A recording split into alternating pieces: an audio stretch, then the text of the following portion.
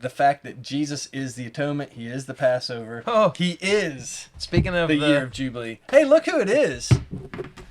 Well, thanks for joining us on the ReThink podcast. I caught you trying to do a podcast without me. we were actually just talking about you must have forgot to set your alarm. Remember we talked about reminders and alarms last week? That was a good talk.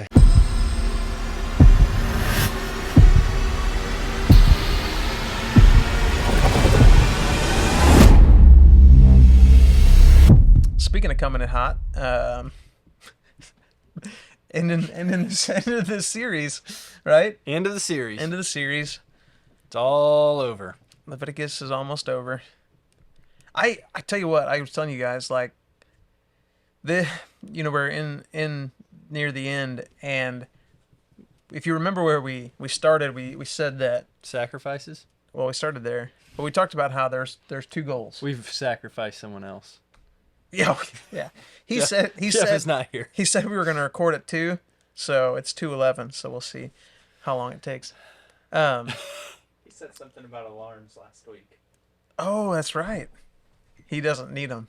Oh, that's true, because he doesn't have to get to places on time. I don't know if he said that. Oh.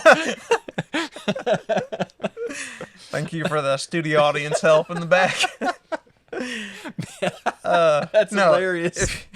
Stefan was listening. Yep. If you remember, we said there's two goals for this series. We wanted people to be able to see Jesus clearly, and we wanted to be able to allow them to pick up this book, the book of Leviticus, with confidence. For me, it has been amazing to see how clear Jesus is pictured here. Mm-hmm. It's probably something I've never it's like picked up on, I guess. Every week, which I think before, I wasn't preaching as much as I am now. Yeah. But every single week, it is just overwhelmingly clear here in Leviticus of how Jesus fulfills all of this and how it's all pointing to him. And it is truly amazing. I'm really glad we did this study. Yeah, me too. I hope that if you've been journeying with us for the last 7 weeks, that you can be able to say, yeah, I see Jesus here clearly. I've grown in confidence and be able to pick up the book of Leviticus and understand it. But as we get closer to the end, this is like the culmination of everything that we've been talking about in what is described as the land Sabbath and then what's called the year of Jubilee. And so, Andrew, I'll kind of let you describe. Yeah, so, this is kind of a ending section. You can't really just pull this apart. Right. It's 25, 26, and 27. And it's kind of weird because it's kind of, you would expect this big crescendo type ending to this speech, essentially, and the giving of the law and how all this is going to go down. But it's kind of like, okay, listen, you're going to be different than everyone else, and here's something that's going to be very specific about the land Sabbath. Every 7 years, you're going to let the land lay. And he tells them in 26, 9 through 13, about how they're going to be blessed and all this stuff, and they're going to continue to eat the food that's been produced for them in the year of Jubilee, or in the land in the 6th year. They'll still be eating it when they're getting ready to put up the food for the first year back into the cycle. All this different stuff. And so they're going to be different because they're going to trust in what God has provided for them, and that they don't have to do it on their own. I think that's something very interesting, that he's going to set them apart. And we see that actually back in the creation account, that God institutes that as a identity piece of who he is, and it's transferred into his people. So one of the things that kind of just jumped off the page to me is he immediately starts telling them, because you got to remember, like, when this is being written, these people are in the wilderness. They're not in the promised land yet. But he talks to them as if they're already there. And it's like, you use the word, it's identity. It's they're getting a picture of what is to come. And they are to trust in the promise of God, specifically in the promised land, but they're supposed to operate by faith, knowing that it's going to happen. And he invites them to live in this set apart, unique way. And part of that is telling them, listen, I want to bless the land and I want to bless you. And I'm going to bless you by you trusting in me. Yep. That's where the blessing comes. It is being able to trust him. And what we find out as we keep going on is they don't do that. Yeah. Well, and another thing, just contextually setting this up, is you got to remember they're coming out of Egypt. They've been out for a year. Right. They worked 7 days a week in Egypt. There was not rest. And so when they hear this, they would have been like, man, that's awesome. Like, we don't have to do this anymore. Like, when we hear it, we go, man, like, that sounds like, I don't know. I don't know if we can let the land lay for the 7th year. But what happens is Satan uses this as a distraction because all of a sudden he starts helping us believe a lie that it's dependent upon us to make things happen. And that's the same trick he does in the garden, and it's the same trick that he uses on the Israelites, because God actually brings us to them as a blessing. And at first they're like, man, this is awesome. We love this. But like you said, as we go through the story of Israel's history, we see it fading, and it becomes a less of their identity and more of just like yeah, that's like old stuff. You know, we don't have to do that anymore. Yeah, I mean, this is really set up to be a culmination of all that they are. Mm-hmm. That them following the Lord should affect every area of their life. And we find out that they stop participating in the land Sabbath, which you think about, like, if God showed up to the American culture and he said, take a year And don't plant. and don't plant. Don't work your animals. Yeah. It would be hard. It would be.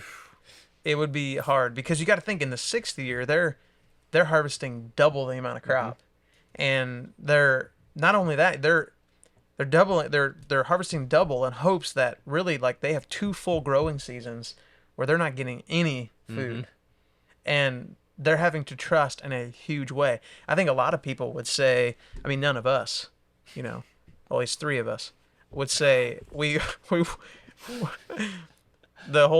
we might enjoy taking a year off of work, but it's really not about the work. It's about the trust.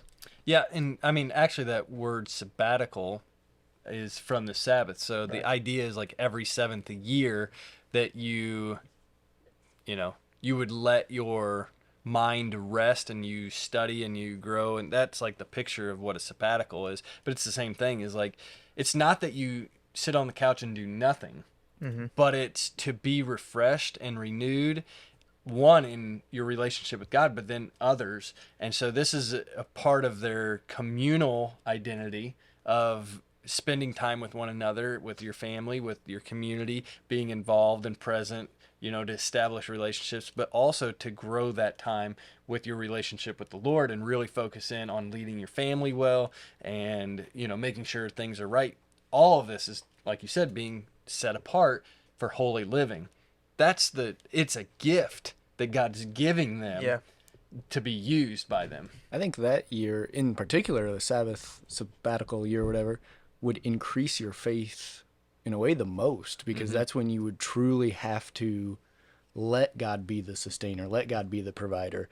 It's still a little easier the first 6 years when you don't have control, but you have a little bit of control over, the sowing of the fields and, reaping the harvest. But the 7th year, to completely turn that over to God, I don't know. To me, I think that would be a huge picture of, like, that's when your faith is going to be tested the most, but also you're going to experience God the most. Yep. Yeah, I think in our, for us, one of the greatest ways we can experience this type of faith is through, I'd just say it's giving.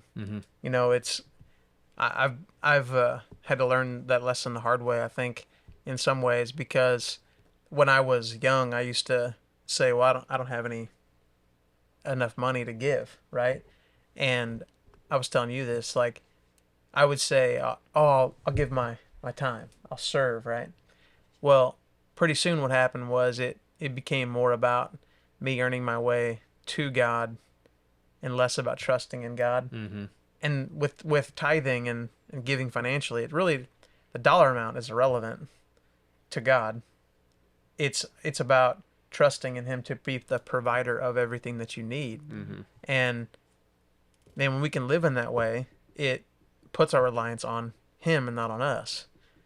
Well, like we said, Israel doesn't do this. Yeah, it looks like, I mean, based upon if you go to the Babylonian captivity scene, and we're told that they're in captivity for 70 years, and it's a judgment for the 7 cycles of 770 years. So 490 years. So you back up 490 years, and it's roughly the time of Samson when they stopped practicing this, based upon what Jeremiah's, judgment pronouncement from the Lord is.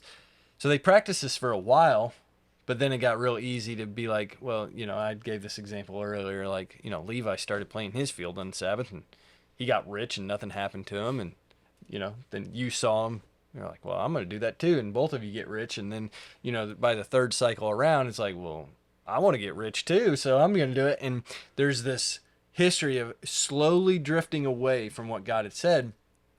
And what happens is, and we know this about sin too, is like sometimes you don't get caught in the moment, but sin always has consequences. And what happened was you had 70 of these cycles of 7 that lead up to this point where now they're going to go into captivity for 70 years, 1 year for each of the Sabbath cycles. They didn't let the land lay. So they'd farmed the land for 490 years. From the time, well, I don't know what it would have been from the giving of this up until Samson. That'd be 200 years. 2 generations. 2 generations. Yeah. Because this is happening around 1,000. No. I was going to say 1400. 1400. Yeah, and Samson's around 1200-ish. So think about it. I mean, that is a long time of trusting in yourself and not God. Mm-hmm. Yeah, so from the time of Samson to the Babylonian captivity is roughly 490 years. Yeah. Yeah. And then it just, the hammer comes down. 70 years of exile. And the land will rest. That's what it talks about. Like, and the land will enjoy its Sabbath. It literally says, and the land will rest. Yeah. Yeah. So it's a pronouncement judgment. And we talked about this too. When they moved into the promised land, their identity is in what God has provided for them, but how God has led them. So land, even today, like in Israel, is still tied to a piece of their identity, because the land goes back to their tribe and where they're from. And so that's why whenever we don't really get that, because like when we buy and sell land, it's like, well, if I sold it, it's like, it's theirs, I can't get it back. But if we hold on to it, it's like, yeah, this is ours, it's been our generation forever. It's an identity piece. And that's still a huge issue in the Middle East today, is the land. And that's the Jubilee thing. So every 50 years, 7 sevens, the land goes back to the original tribe and people that it belongs to, so that no one family could benefit from an empire of states at the expense of their neighbor, because they're all children of God. And so their identity is in God, not their possessions, not their accumulation of wealth or their empire of building. So essentially what happens is chapter 25 starts with the year of rest, and then it moves in verse 8, 9. Yeah. Something like that. I think that's what it is. To the proclamation of, hey, you will celebrate a year of Jubilee, and that it is supposed to be, the trumpets will blow on the Day of Atonement. So every 50th year on the Day of Atonement, the trumpets would blow, ushering in a year of Jubilee. So really what that meant was, as you mentioned, they get into the promised land, and they're given land based upon all of their tribes, right? And so if your great-grandfather's grandfather was given this land, and your father got married, he would build a home, if you will, on that land, right? And if they had a daughter, that daughter would marry someone in the community. They would move to that section of land. Well, what would happen is, over time, and maybe people would get themselves in situations where they had to pay debts they could sell their land, use that money to pay the debt, but at the year of Jubilee, everything would go back to its original heritage, right? It would be given, Yeah. you would get back your grandfather's land that you had sold. And as you said, like this is God establishing in place where he's not going to let his people get greedy and accumulate and accumulate and accumulate. And because it's really not about the individual, it's about the community. And Yeah. And provision from God. right. Well, Always a it's- dependence on God. Yeah. It's God's land. It's God's kingdom. Yeah. You know, like they were we're stewards stewards. of it. Right. Yeah. It's all his. Yeah, they were stewards of it. yeah, don't get in the mindset that it's just my land that I need to build, my kingdom, my estate on type of thing. And that's what we do in America. Like we work and we accumulate. We work and we accumulate, which is wild to hear. I think that's why it's hard for us to really try to understand this. The other thing that happens in the year of Jubilee, so debts are forgiven. So if you do have an outstanding debt, it's forgiven.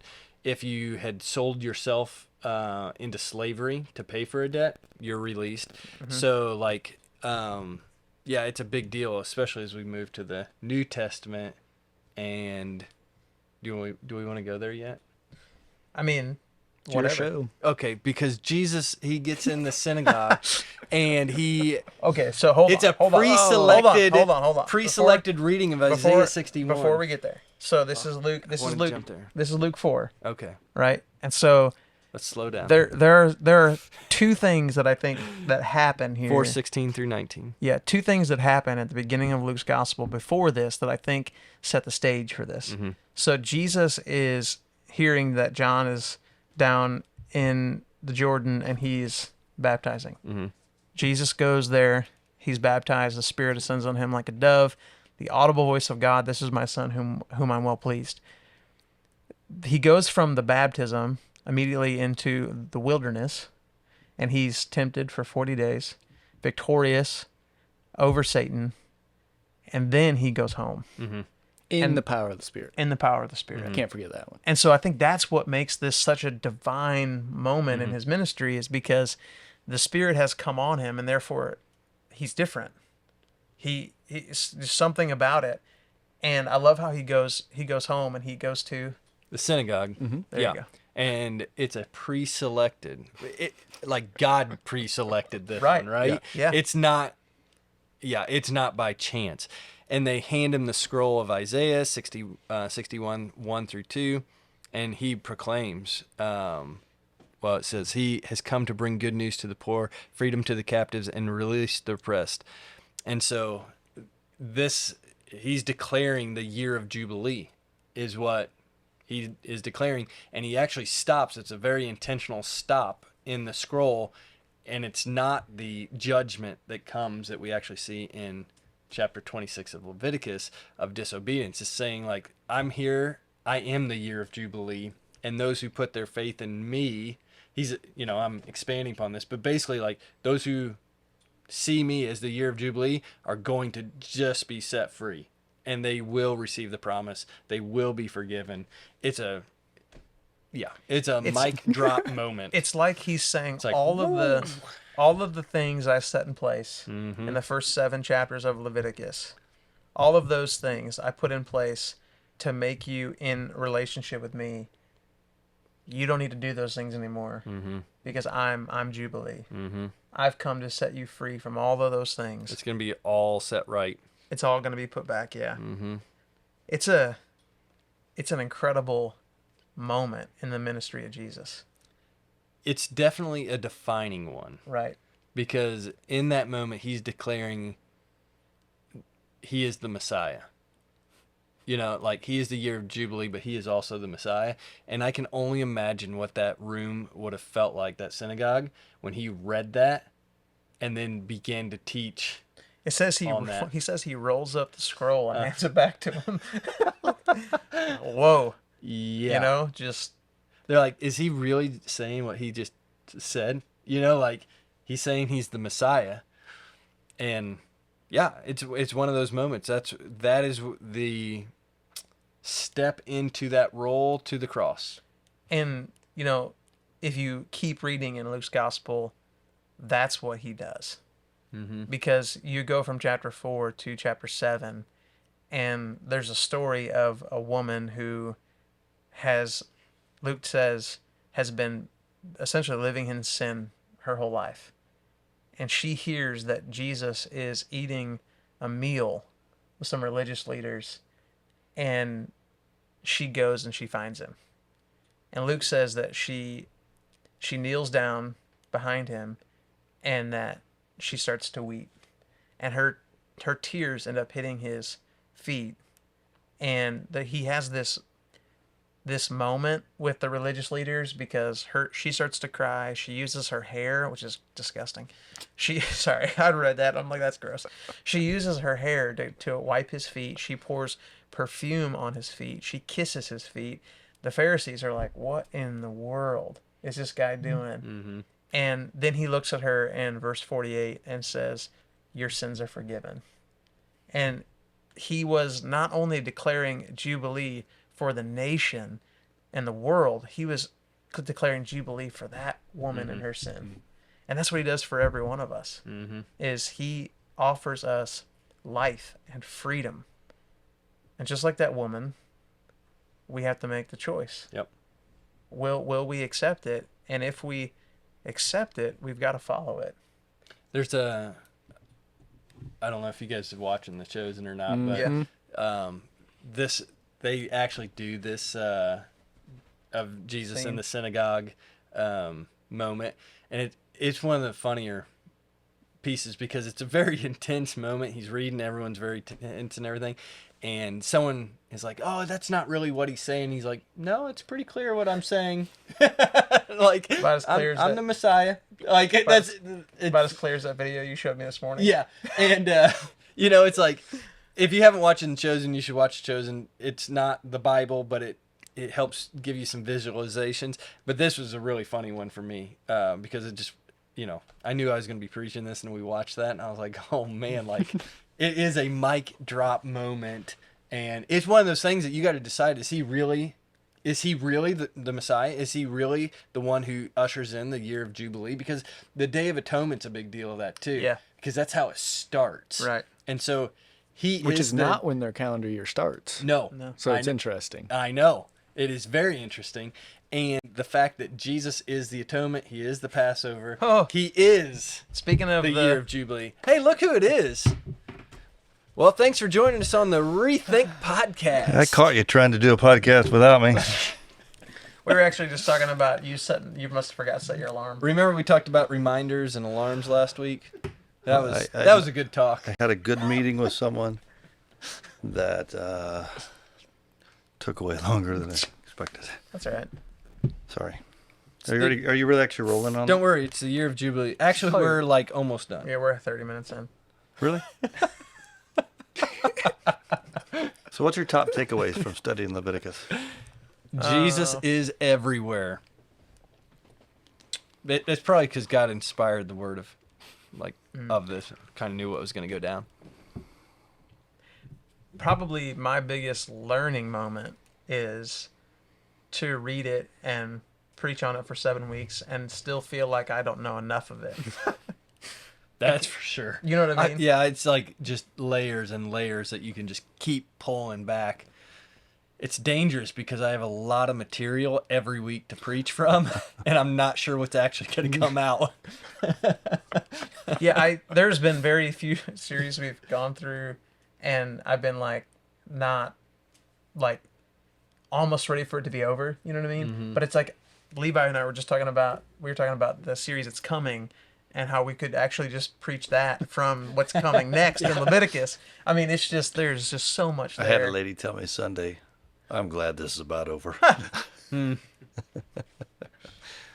That makes I one of agree us. with you. The thing that probably has risen to the top more for me than anything else is just that unanimous message of Scripture, how it's just Jesus and the plan of God to redeem and restore. From beginning to end, it's one big, tight, interwoven story. Yeah, you could never get to the bottom of all this. I'm learning all the way. It's pretty cool. that has literally been my problem in preparing each week. Is like I have an idea where I want to go, and then as I look at a text, I'm like, wait a second, and I feel like the Spirit's leading me to look at this one, and then that connects to here, and all of a sudden I have 35 texts that all connect to Leviticus 25. The power of that is you're not teaching, sharing out of. You're not just sharing a message. Mm-hmm. You're sharing out of the overflow, which is where I feel like we all need to be, right? If we're walking in sync with the Lord and growing, we're sharing Him out of the overflow of our life, and we're not just on an agenda-driven, got to share a subject matter. It's this is just where I'm at. This is what's coming out. It's cool. It's really hard because we have a Clay County timer of 30 minutes, and sometimes we got to shut that thing down. So, Human constraints. Can I tell you a funny to wrap this? Are you really ready to wrap it up? Or, yeah, well, I pretty have no much. clue. Levi hasn't said his 144 he's characters got yet, so 131. I'm not ending it this week. The last 2 times I've ended it, so we'll let Jeff end it Just this use time. 12 for I was gonna say there you go. You just used half of it. So, this is from about 3 or 4 weeks back, but you guys have seen this text message, string of messages. Evidently, a fairly new family was here. They'd been here for a few weeks prior to coming this Sunday. I preached the message on the clean and the unclean, right? The Catfish. the food items, eat and don't eat. And I had fun with the catfish thing, right? And so you can't eat catfish. Well, their boy, 7 years old, again, keep in mind, these folks hadn't been here but just a few weeks. And he leans over to Mom and says, "We got to get out of here." She's like, "Buddy, it's almost over. He's about done." Which is like a lot of people feel that way. He's about done. And then there's the music, and you like that, and then we'll go. And he's like, "No, this man can't be trusted." He just said we can't eat He catfish. just said we can't eat catfish. We got to get out of here. Looking for a new church. Just, I don't know. I struck so funny. It's like where we're at. And Leviticus has had something to challenge everybody, whether you're 7 and really wanting to eat I just catfish love that or the 7-year-old was paying attention enough to put Amen. that together. That is true. I was loving it. It was good. Yeah. And he he felt like he needed to articulate the urgency of that. We got to get out of here. This man can't be trusted.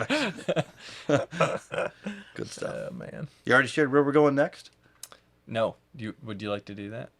Where are we going next, Levi? Use those words. 3 weeks before Easter, we have 1, 2, 3. sacraments. Who picked that word? Sacraments. I think you guys did. Levi. No, we did. Levi picked Ain't it. no way I picked that word. I Googled- had to go look it up. I had to Google it. I use Chat GPT. But No. Sacraments. Yeah. Confession, repentance, baptism, fashion. communion, Lord's Supper. I mean, if you want to be real fancy, you could do the Eucharist, but just stick with communion. What's the Eucharist? Maybe I'll address that. No, we're going to talk about basic why we do what we do functions. I don't like the. I've already been having some discussions about the sacraments with others, and it's actually pretty confusing to them because that word is a very loaded word. Yeah. What totally. are the sacraments? We still have time to change it. No, we're in it now. Oh, there's marriage sacraments. Last rites. That's a big one. Yeah. Confirmation. Yeah. Yeah, we've been talking about that. It's actually caused some good discussions. In Complicated. one of my groups. Sacraments. So that's Good. what we'll be talking about. Join us next week on the ReThink podcast. I'll try to be here for the whole thing. Or actually, next week I will be here for any of it.